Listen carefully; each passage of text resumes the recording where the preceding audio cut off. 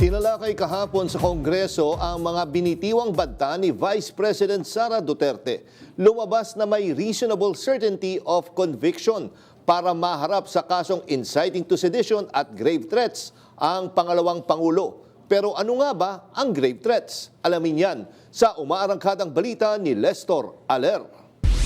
Go back to the Naging mainit na usapan kahapon sa Committee on Justice ng House of Representatives sa naging resulta ng investigasyon ng National Bureau of Investigation hinggil sa naging pahayag ni Vice President Sara Duterte laban kina President Bongbong Marcos Jr., First Lady Liza Marcos at dating House Speaker Martin Romualdez.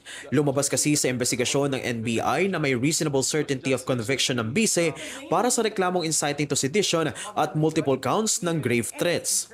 Pero, paano nga ba nakakategorya ang threat? Depende sa bigat nito. Ayon kay Police Captain Attorney Felino Nebato, Chief ng District Legal Office ng Manila Police District, ang threat ayon sa Revised Penal Code ay nakakategorya sa tatlo, ang light threats, grave threats, at other light threats. Ang Article 282 o tinatawag na grave threats ay ang pagbabanta sa isang buhay, dangal o ari-arian ng isang tao na anumang maling gawain na maituturing na krimen.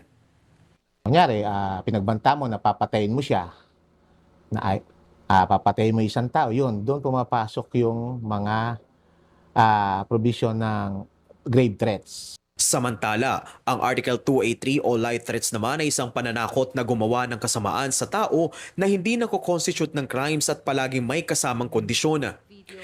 Habang ang other light threats naman ay ang mga uri ng pagbabanta na hindi nasasaklaw ng probisyon ng Article 282 at 283.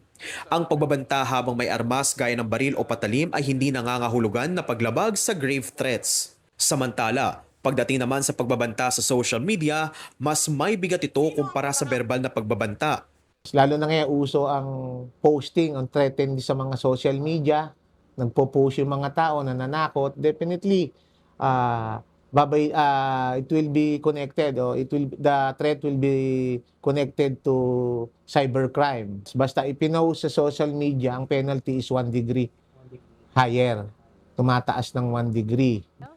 Makukulong ng 1 buwan at 1 araw hanggang 6 na taon at piyansang nagkakahalaga ng 100,000 pesos ang kung sino mang lumabag sa grave threats. Maaari pa itong umabot hanggang 12 taon depende sa kondisyon gaya ng pagbabanta sa social media. Habang kung sino mang lumabag sa light threats ay maaaring makulong ng 1 buwan at 1 araw hanggang 6 na buwan at ang other light threats naman ay maaaring makulong ng 1 hanggang 30 araw at may piyansang hindi lalagpas sa 40,000 piso. May paalala naman ang pulisya sa publiko. Don't put the law on your hands.